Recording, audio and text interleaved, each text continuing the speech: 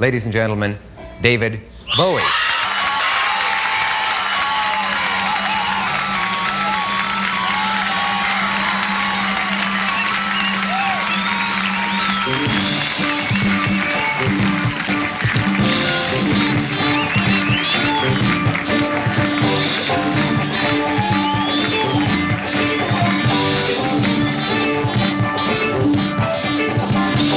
Someday they won't let you, now you must agree. Times they are returning, changing isn't real. You've read it in the papers, the jacks are on TV. Beware the savage dawn of 1984. They'll split your pretty cranium, fill it full of air. Tell you that you hate it, lover you won't care. You'll be shooting up on anything, tomorrow's never there.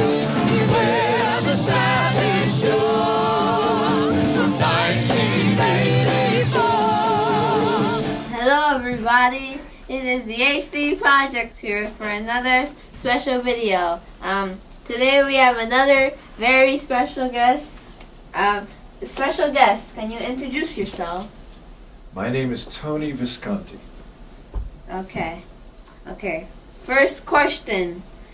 How and when did you meet my dad, Dennis? I met your dad when I was recording David Bowie's album, Young Americans. We had finished it with most of the album with another drummer, Andy Newman. And we had a phenomenal bass player called Willie Weeks.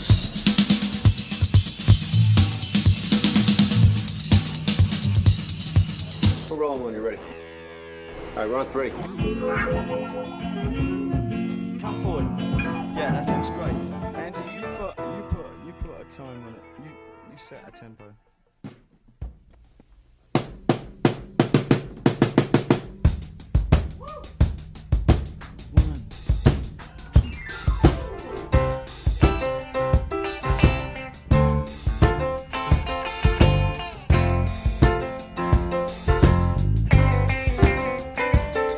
They're pulled in just behind the fridge. He laid it down, he frowned. Gee, my life's a funny thing. Am I still too young? He kissed her then and there. She took his ring, she took his babies. It took him minutes, it took her nowhere. But heaven knows she'd have taken anything. All night, she wants a young American. Willie needed just a little prodding to kind of play more like Willie Weeks, because he wasn't used to, because Willie Weeks had a very flamboyant bass style.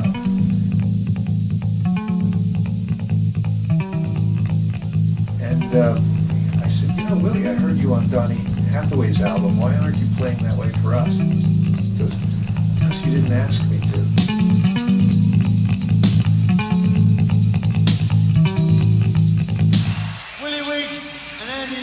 Willie needed permission to be himself, whereas your dad immediately said, this is the way I play, I'm not going to change,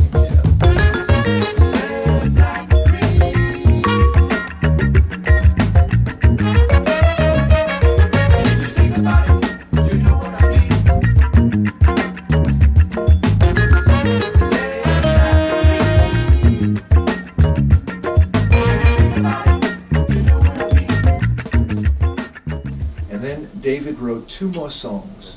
Next one. Got to do it this way to get it. And wanted to continue making the album, but Andy had to go to someone else's album. So through Carlos, Okay, last second.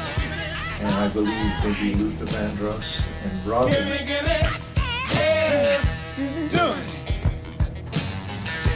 Taking you. they were friends of Dennis, your dad. And they introduced us to him, and he came down and he finished off the album with David. Taking it all the right way. Taking it, keeping it in the bag. Hey, hey. Taking it all the right way. Never no turning back. Never no turning back.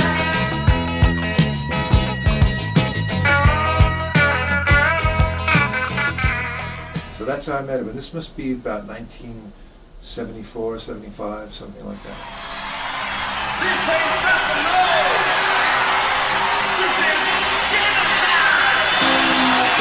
We did the Diamond Dogs tour and took it from New York to Los Angeles.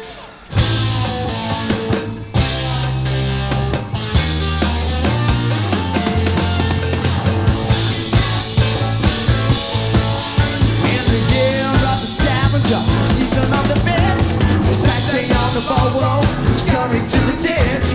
Just another future song, lonely little kid. Let's go to the song. Try and wake up tomorrow. I keep my friends serene. Will they come? Oh baby, come on to me. Will they come? Where's this coming or going? I'm out of the garden, baby. You catch your death on the phone.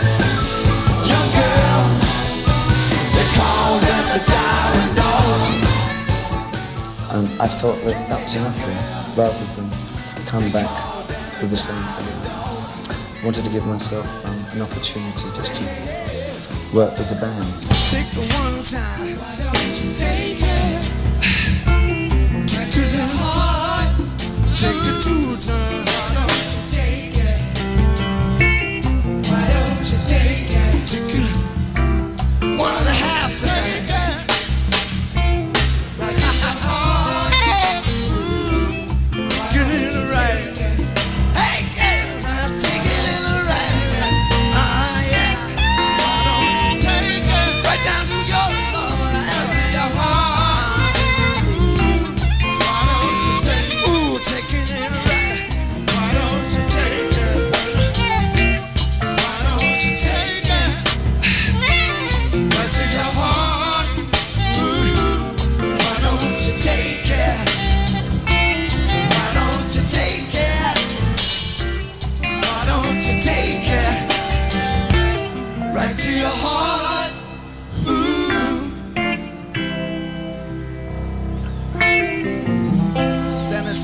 What did you think of Dennis Davis' drumming when you heard of him first?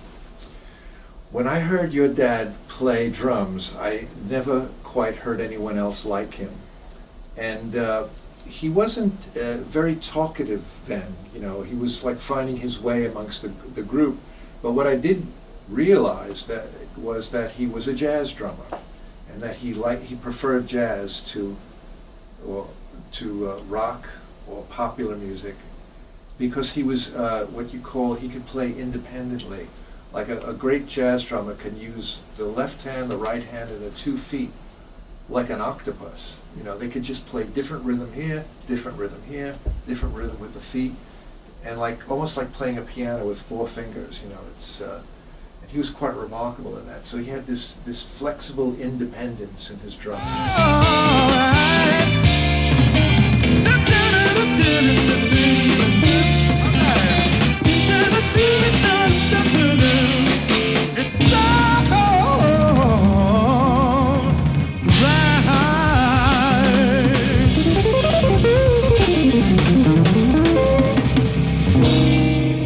But we didn't play jazz, we played rock, and David Bowie's music specifically. He didn't know who David Bowie was. Hey, what's all right? Hey, do you know who that is? David Bowie?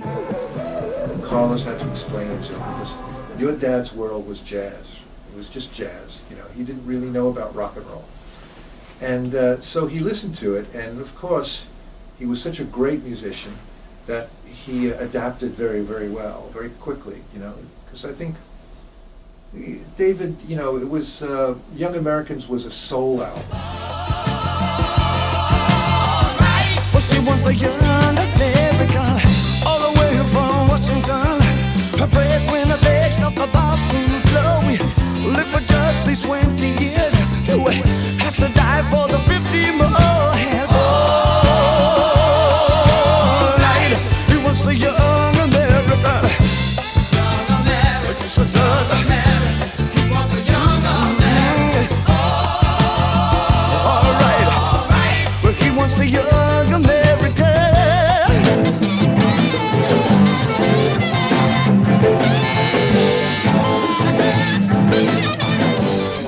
So the music was soul, and it wasn't a far reach from what Dennis was already into, jazz and soul and funk. You know, I think he was pretty good at that. So it wasn't a big challenge, and he fit in very, very well. Ain't the one damn song that can make me break down and cry.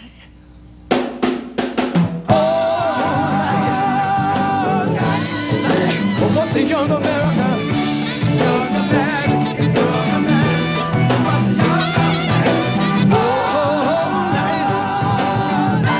I want the young America. I want what you want. You want what I want. I want you. I want you. What I want you. I want you. Young America, young America. I want the young America.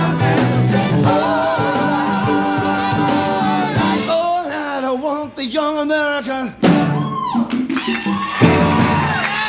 think after that, you know, when we made subsequent albums, like in France and Berlin and Switzerland, that's when your dad was really innovative, and he started doing stuff that I never heard any other drummer do. You know, normal rock and roll drumming is like this action. Your dad was like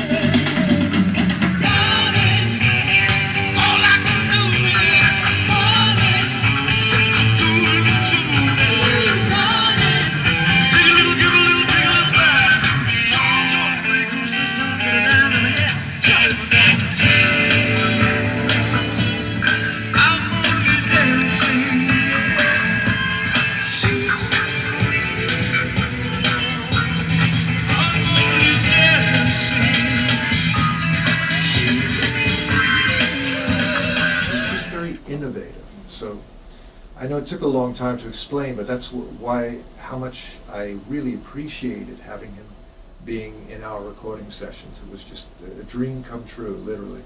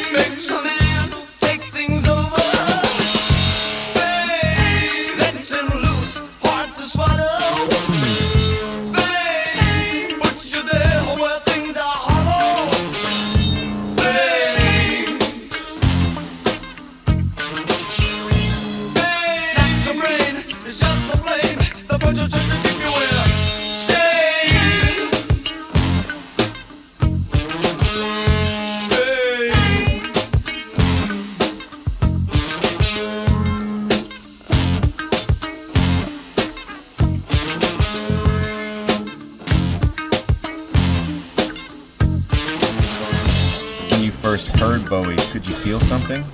Yeah, because his stuff was grooving, so I said, yeah, I can do this album. No, yeah. And which album was that? Young Americans.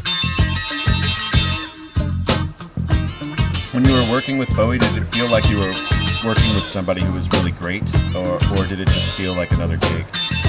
That's kind of out of the genius.